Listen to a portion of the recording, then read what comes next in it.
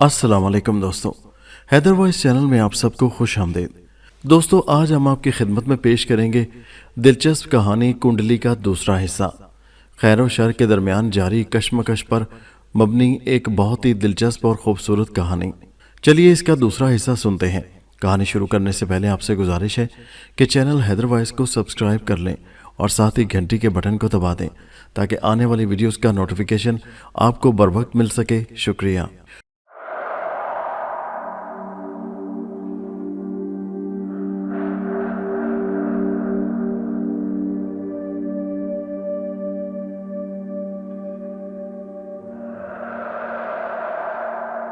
दूसरे साल जब सांप नमदार हुआ और मुझे डसने के लिए आगे बढ़ा तो सब लोगों ने देख लिया और उसे मारने के लिए दौड़े, लेकिन वो बचकर निकलने में कामयाब हो गया।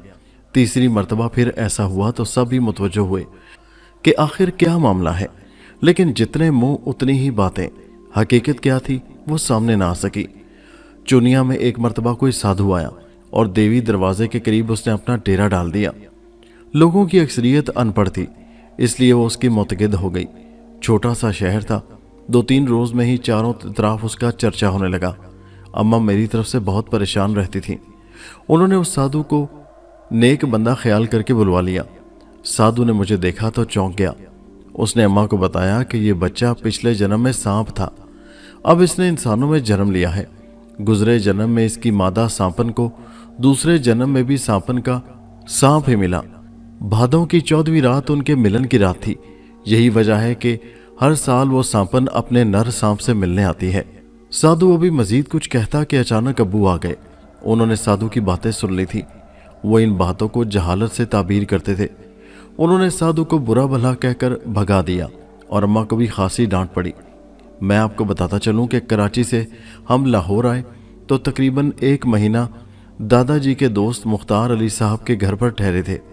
मुख्तार अली लावल थे, यानी उनकी कोई औलाद नहीं थी।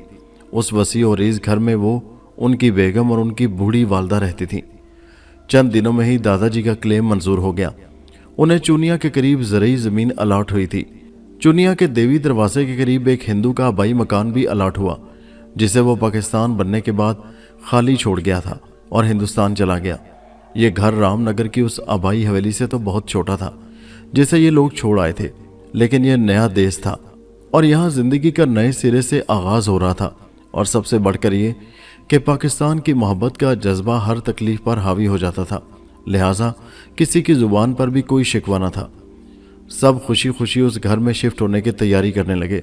घर गृहस्थी के सामान का बंदोबस्त किया गया और 1 महीने के अंदर अंदर सब लोग चुनिया के उस मकान में मुंतकिल हो गए। मुख्तार अली साहब ने हर कदम पर मदद की। चुनिया, जिसे आप कस्बा कह लें या छोटा सा शहर, लाहौर से तकरीबन 45-50 मील के फासले पर वाक़ है। अम्मा बताया करती थी कि मुख्तार साहब की वजह से दादाजी को इतनी परेशानी तो ना हुई, लेकिन अगर वो ना होते तो मुमकिन था कि ऐसा हो जाता, इसलिए कि यहाँ का माहौल बिल्कुल मुख्तलिफ था और रामनगर में तो बरसों से सब कुछ जमा जमाया और चलता हुआ था। अब वो इस दौरान कराची में ही थे, फिर उनका ट्रांसफ़र लाहौर में हो गया। अबू चाहते थे कि वो लाहौर ही में घर खरीद लें, फिर अम्मी और मुझे अपने साथ रखें, लेकिन दादाजी ने इस बात की इजाज़त न दी। दादाजी की गोया मुझ में जान ही अटकी रहती थी। वो मुझे खुद से दूर करने पर किसी तरह आमादा न हुए और अब्बू को मजबूरन खामोश होना पड़ा। मेरी उम्र में जो जो इजाफा होता गया, मेरे साथ अजीबोगरीब वाक़यात रुनुमा होते रहे। वैसे तो मैं बचपन से ही ज़्यादातर बीमार ही रहता। यह शायद अम्मा और दादाजी के लाड ने मुझे इतना ज़्यादा नाजुक बना दिया था कि मौसम की सख्ती मुझसे ज़रा बर्दाश्त ना होती थी। अम्मा के यहाँ और कोई भी औलाद ना हो सकी, इसीलिए मैंने बहुत ज़्यादा लाड प्यार के माहौल में परवरिश पाई। आज मुझे अक्सर ख्याल आता है कि ये दोनों अगर इस कदर लाड ना करते तो मैं कम अज़ कम थोड़ा बहुत ही सही कुछ तो पढ़ लिख जाता। अम्मा का कहना था कि अगर तालीम का बोझ मुझ पर डाला गया तो मैं मज़ीद बीमार हो जाऊँगा, और दादाजी का ख्याल था कि इसे पढ़ने लिखने की ज़रूरत ही क्या है, इस कदर मालो दौलत आखिर किसके काम आएगा। अब्बू लाहौर में रहते थे, फिर उन दिनों उनकी मसरूफियात भी बहुत ज़्यादा हुआ करती थी। अक्सर तो वो 2-2 महीने के बाद घर आया करते थे, इसलिए कि ये वो ज़माना था जबकि मुल्क के तकरीबन हर शोबे में नया सिस्टम बन रहा था। दरअसल उस वक्त तामीर पाकिस्तान का बुनियादी काम हो रहा था। जब मेरी उम्र 18-19 साल के लगभग हुई तो एक रोज़ जबकि रात का पिछला पहर गुजर रहा था और घर का हर फर्द गहरी नींद में था, अचानक किसी ने मेरे कंधों पर हाथ रखकर मुझे जगा दिया। मैंने देखा कि एक निहायत खूबसूरत दोशीज़ा मेरे सिरहाने खड़ी है। उस लड़की की आंखों में न जाने क्या जादू था कि मेरी नज़र उसकी निगाहों की डोर से गोया जुड़ कर रह गई और मुझे ये ख्याल ही न रहा कि ये नौजवान लड़की मेरे कमरे में किस तरह आ गई जबकि दरवाज़ा भी बंद था। ये भी अजीब बात है, उसे देखकर मुझे किसी किस्म का खौफ भी महसूस न हुआ। उसने मोहब्बत भरी नज़रों से मुझे देखकर कहा, मेरी आत्मा बरसों से बेकरार है, तू मेरी आत्मा की बेचैनी को ख़त्म कर दे। ये कहकर उसने मेरा हाथ थामा और मैं बेखुदी के आलम में चलता हुआ उसके साथ घर से बाहर आ गया। अजीब बात है कि चौकीदार को भी हमारी आहट न हुई, हालांकि वो उस वक्त जाग रहा था। पुरपेच गलियों से गुजरते हुए हम शहर से बाहर आ गए। अब उस लड़की का रुख चुनिया के कदीम खंडरात की जानिब था और उस वक्त वो मुझसे एक कदम आगे चल रही थी। जैसे जैसे खंडरात करीब आते जा रहे थे उसकी रफ्तार में भी इजाफा होता जा रहा था। बिलाखिर वो एक बड़े से टीले पर जाकर ठहर गई। फिर उसने हसरत भरी नज़रों से मुझे देखा और चीखने लगी, मुझे बचाओ, मुझे बचाओ। फिर मैंने देखा कि उसके करीब एक ज़बरदस्त अलाव भड़क उठा। यह अलाव ऐसा था जैसे किसी हिंदू की चिता जलाई जा रही हो। अलाव से निकलने वाले शोले उस लड़की को अपनी लपेट में लेने लगे। उसकी आंखों में बहुत बेचारगी थी। देखते ही देखते उसका वजूद शोलों की नजर हो गया। सख्त सर्दी के बावजूद खौफ और दहशत के बायस में पसीने में शराबूर हो गया। अभी मैं ये सोच ही रहा था कि क्या करूं, अचानक ये सारा मंजर मेरी नज़रों के सामने से यकलख्त गायब हो गया। वो शायद अमावस की रात थी। सितारों की टिमटिमाती रोशनी भी उस खौफनाक अंधेरे को दूर करने की नाकाम कोशिश कर रही थी। मुझे अपने इर्द गिर्द कुछ दिखाई न देता था। जंगल के गीदड़ों की आवाज़ें मुसलसल करीब आती महसूस हो रही थी। डर के मारे मेरा बुरा हाल था। फिर मेरा सर चकराने लगा और मैं बेहोश हो गया। होश में आने के बाद मैं घर किस तरह पहुंचा, ये एक तवील दास्तान है जिसे बयान करना मैं गैर ज़रूरी समझता हूँ। यहाँ मैं आपको बताता चलूँ कि उस वाक़े के बाद मुझे उस साधु की बात पर कुछ कुछ यकीन आने लगा। फिर मैंने अपने उन मामलात का जायज़ा लिया जो दूसरों से कतई मुख्तलिफ थे। मसलन मुझे ताज़ा दूध बेहद मरगूब था और अक्सर तो मैं बाड़े में चुपके से पहुंच जाता और सबसे नज़रें बचाकर गाय या भैंस के थन से बराह रास्त दूध पिया करता। इस अमल से मुझे बेहद सुकून मिला करता। फिर मुझे वीरानों और जंगल का माहौल बहुत पसंद था और मैं अक्सर किसी न किसी बहाने से खेतों से आगे निकल जाता और सुनसान और वीरान जगहों पर काफ़ी देर तक बैठा रहता। तुलसीदास का वाक़या भी मुझे मालूम था। उस लड़की से मुलाकात ने तो मेरे अंदर तजस्सुस का एक तूफ़ान सा बर्पा कर दिया। आखिर वो कौन थी? क्या वो वाकई सांपन थी और मैं उसका सांप था? आखिर इन सवालात के जवाबात मुझे कहाँ से मिलेंगे? ये सोचते सोचते मेरी ज़िंदगी ज़बरदस्त नशीबो फराज से गुजरती हुई इस मोड़ पर आन पहुंची कि जहां मैं जागीरदार का पोता होने के बजाय एक कल्लाश नौजवान था और दिन रात दौलत हासिल करने के ख्याली मंसूबे बनाया करता था। लड़कपन से नौजवानी तक मुझे ऐसे बहुत से वाक़यात से गुजरना पड़ा जो अगर मैं यहाँ सुनाने बैठ जाऊँ तो सफ़ात के सफ़ात भर जाएं। कुछ वाक़यात तो गर्दिश ज़माना के बायस मेरे जहन से ही मिट चुके हैं। बस यूँ समझ लीजिए कि मौत मेरे ताक़ुब में रही और ज़िंदगी मुझे हर मरतबा मौत की दहलीज से बचा कर ले आई। इस दौरान एक मरतबा मैं कुएं में गिर गया था। 4 या 5 मरतबा सांप ने डस लिया।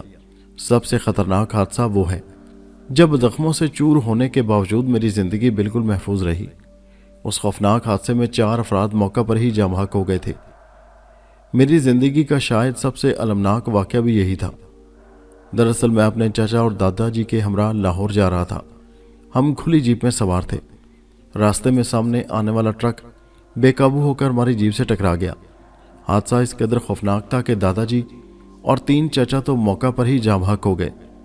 बाकी 2 चाचाओं को डॉक्टरों ने बचाने की सर तोड़ कोशिशें की, लेकिन वो भी जानवर न हो सके।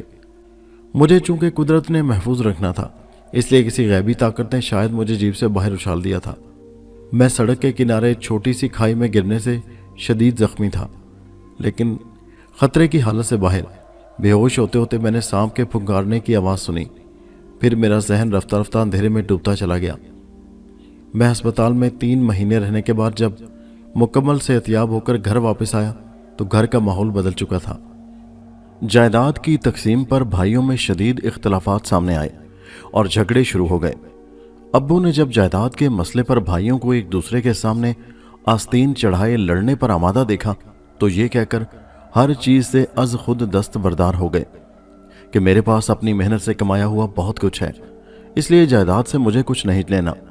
नईम चाचा दादा और चाचा की हादसाती मौत से बहुत रंजीदा थे। एक दिन कुछ बताए बगैर नामालूम कहाँ चले गए। अब्बू का ट्रांसफर हैदराबाद हो गया था, चुनाचे हम लोग हैदराबाद शिफ्ट हो गए। यहाँ लतीफाबाद 7 नंबर के इलाके में अब्बू ने एक कोठी खरीद ली थी। हमें अभी शिफ्ट हुए चंद हफ्ते ही गुजरे थे, खबर आई कि फ़हीम चाचा ने असलम चाचा को गोली मार दी। पुलिस ने फ़हीम चाचा को गिरफ्तार कर लिया। फ़हीम चाचा ने अपने जुर्म का इकरार कर लिया था, इसलिए उन्हें फांसी की सज़ा हो गई। अब्बू हालात से बहुत दिल बर्दाश्ता हो गए थे और उनकी सेहत आए दिन खराब रहने लगी थी। 1 साल के बाद ही अब्बू की हालत इस तेज़ी से बिगड़ी कि फिर वो संभल ना सके। तकरीबन 4 माह शदीद बीमार रहने के बाद वो इंतकाल कर गए। इस दौरान अब्बू के इलाज पर पैसा पानी की तरह बहता रहा।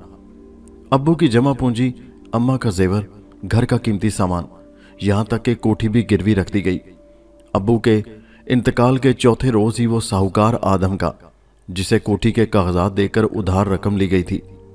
अब्बू के एक जानने वाले ने इन हालात में हमारी मदद की और हमें लतीफाबाद में दरियाए सिंध के बंद के करीब एक कमरे के सरकारी क्वार्टर में सर छुपाने को जगह मिल गई।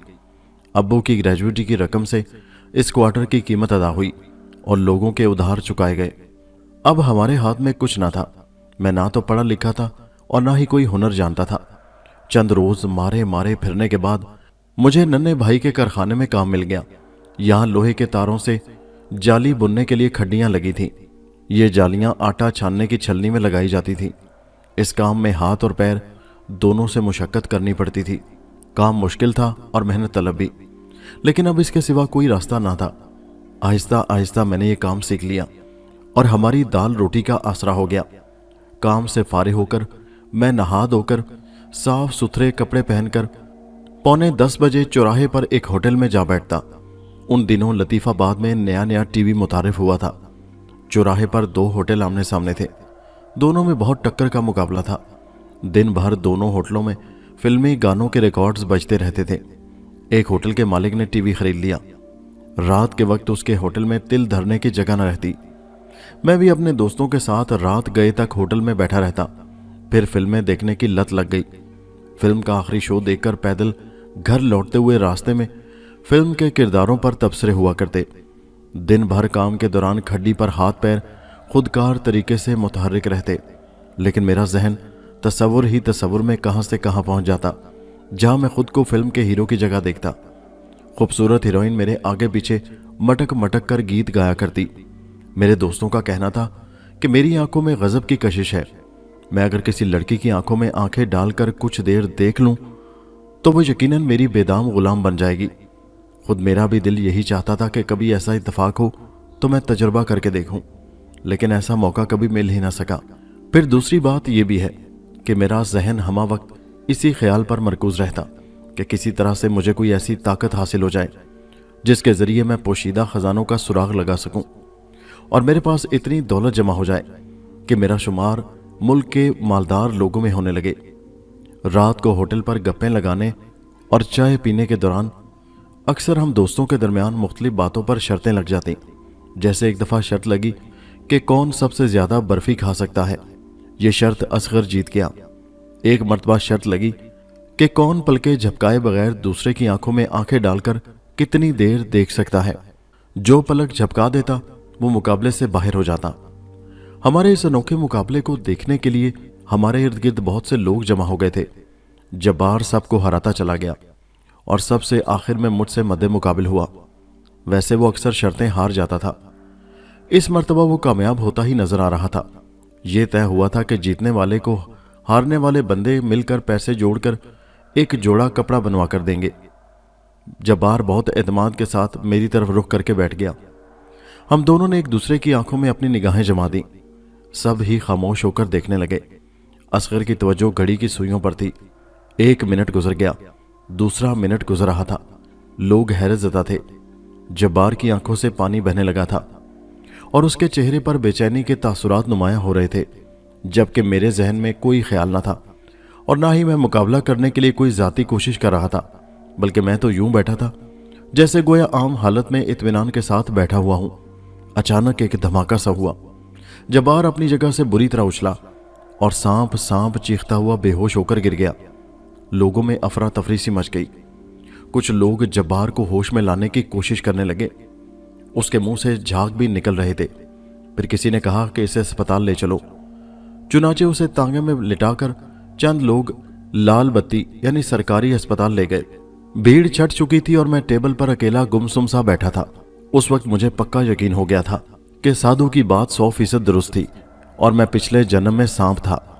जब्बार के बेहोश होने की इतला जब उसके घर पहुंची तो उसके बाप ने, जो पुलिस इंस्पेक्टर था, मुझे गिरफ्तार करने के लिए चंद सिपाही रवाना कर दिए। मैं उन्हें होटल पर ही मिल गया। सिपाहियों ने मुझे हथकड़ी लगाई और मुझे अपने हमरा थाने ले जाने लगे। मैंने मज़ामत की और अपना कसूर पूछा तो 2 सिपाहियों ने मिलकर मेरी अच्छी खासी मुरम्मत कर डाली। अभी मैं थाने पहुंचा था कि वहां इतला आई कि जब्बार का इंतकाल हो गया है। आधे घंटे बाद जब्बार का बाप थाने में वारिद हुआ। मैं लॉकअप के अंदर एक कोने में बैठा सोच रहा था कि अम्मा को जब पता चलेगा कि मैं किस हाल में हूं तो उन पर क्या गुजरेगी। जब्बार के बाप की आंखों में आंसुओं की नमी के साथ साथ खून भी उतरा हुआ साफ नजर आ रहा था। उसने आते ही मेरी कमर पर एक लात रसीद की। मेरी जोरदार चीख निकल गई। बोला, बता क्या खिलाया था तूने उसे? मैंने कहा, कुछ भी नहीं।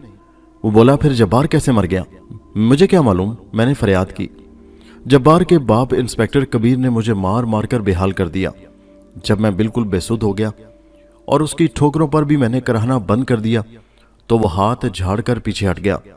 रात भर मैं इसी तरह ठंडे फर्श पर पड़ा रहा। सुबह जब कारखाने के मालिक नन्हे खां को पता चला कि मुझ पर यह उफ्ताद आन पड़ी है तो पहले उस होटल के मालिक से बात की और मेरे दोस्तों और दीगर चशमदीद गवाहों के हमरा मेरी जमानत के लिए शहर के मोअज़्ज़िज़ीन के पास पहुंचे। वो लोग मेरे वालिद से वाकिफ थे। उन्होंने मेरी जमानत के कागजात तैयार करवाए और ये सब लोग इकट्ठे थाने पहुंचे।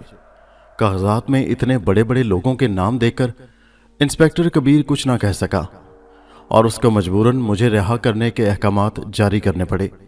सिपाही जब मुझे लेने लॉकअप में पहुंचा तो मैं बुखार में फूंक रहा था और नीम बेहोशी के आलम में था। नन्हे खां ने इंस्पेक्टर को लानत मलामत की।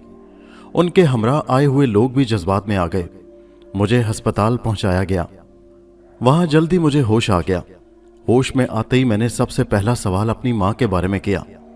उस वक्त असगर वहां मौजूद था। उसे कुछ मालूम न था। मेरा दिल कह रहा था कि मुझे अम्मा के पास पहुंचना चाहिए। मैंने डॉक्टर से कहा कि मुझे घर जाने दें तो डॉक्टर ने यह कहकर साफ इनकार कर दिया कि इस सूरत में तुम्हारी मौत भी वाक़ई हो सकती है। और कुछ देर बाद उसने मुझे नींद का इंजेक्शन लगा दिया। 3 रोज इसी तरह गुजर गए। मैं जब भी बेदार होता ये लोग खिला पिलाकर, दवा देकर और इंजेक्शन लगाकर सुला देते। इस दौरान नन्हे भाई भी आए और मेरी मोहल्ले की खवातीन और कई दूसरे लोग भी। उनकी आंखें कुछ कह रही थीं, लेकिन मेरा शऊर गनूदगी और बेदारी के दरमियान मौलिक कुछ समझने से कासिर रहा। चौथे रोज मैं बेदार हुआ तो मेरे हवास कुछ बहाल थे। मैंने असगर और हमीद से सवालात शुरू कर दिए। वो दोनों एक दूसरे की शक्ल देख रहे थे। इतने में नन्हे भाई भी आ गए। मैं उनसे लिपट गया। नन्हे भाई, मेरी माँ आखिर कहाँ है? सब लोग बताते क्यों नहीं हैं? वो मेरे पास क्यों नहीं आई? नन्हे भाई गुलगीर आवाज में बोले, शाहिद, तेरी अम्मा इस दुनिया में नहीं है। उन्हें मालिक ने अपने पास बुला लिया है। मेरे दिल पर तो गोया क़यामत गुजर गई। अब मेरे लिए दुनिया में अंधेरों के सिवा कुछ ना था। कोई रोशनी नजर ना आती थी। कहाँ जाऊं, क्या करूं? इन्हीं ख्यालात में गलताओं पेचा रात दिन शहर की सड़कों पर मारा मारा फिरता रहता। उन दिनों नन्हे भाई ने मेरा बहुत साथ दिया था। अस्पताल और अम्मा की तदफीन के तमाम खर्चे उन्होंने उठाए थे। उन्होंने मुझे समझाया कि बेटा, जाने वालों को कौन रोक सकता है? तू इस तरह खुद को हल्कान करके अपनी अम्मा की रूह को क्यों तकलीफ देता है? काम पर लग जा। जितना दिल चाहे उतना ही काम कर, लेकिन बेटा काम बहुत ज़रूरी है। मशीन रुक जाए तो जंग लग जावे है। मकान किराए पर उठा दे। अकेली जान है, यहीं कारखाने में उठा। 3 वक्त की रोटी हमारे साथ खा। जितना मर्जी आवे काम कर। रात को यहीं तेरी चारपाई लगा देंगे। मेरे दिल में इंतकाम की आग भड़क रही थी। अगर इंस्पेक्टर कबीर मुझे गिरफ्तार ना करता तो मेरी मां ना मरती, लेकिन उसका बेटा जब्बार भी तो मर गया था, और बहुत से लोगों का तो आज भी यही ख्याल था कि वो मेरी वजह से ही मौत के मुंह में गया है। वो अपने बेटे की मौत पर क्यों ना आपे से बाहर होता। लेकिन जब्बार किस तरह मर गया? मैंने तो उसे नहीं मारा, ना मेरी कभी नीयत ऐसी थी। अगर मैं वाकई पिछले जन्म में सांप था और मेरे अंदर जहर भरा हुआ है, तो आखिर मैं इस जहर को अपने इरादे से क्यों इस्तेमाल नहीं कर सकता? अगर मैं इस जहर को इस्तेमाल करना सीख जाऊं तो सबसे पहले इंस्पेक्टर कबीर को अपना शिकार बनाऊंगा। लेकिन इन सवालात का कोई जवाब मेरे पास नहीं था। कौन दे सकता है इनके जवाबात? कोई साधु? लेकिन किसी साधु को कहां ढूंढा जाए? इसी शशोपंज में जिंदगी के दिन गुजरने लगे। जिंदगी अब मेरे लिए बेनाम हो चुकी थी। मैं इस बेकैफ जिंदगी को बस जबरन ही गुजार रहा था, इसलिए कि मौत मुझे शायद भूल चुकी थी। दोस्तों, ये दिलचस्प और हैरत अंगेज कहानी अभी जारी है। इसका अगला हिस्सा नेक्स्ट वीडियो में मुलाहिजा कीजिए, जिसका लिंक इसी वीडियो के नीचे डिस्क्रिप्शन में मौजूद है। उस लिंक पर क्लिक कीजिए और पहुंच जाइए इस कहानी के अगले हिस्से पर। हैदर वॉइस चैनल को सब्सक्राइब करना मत भूलिए। शुक्रिया।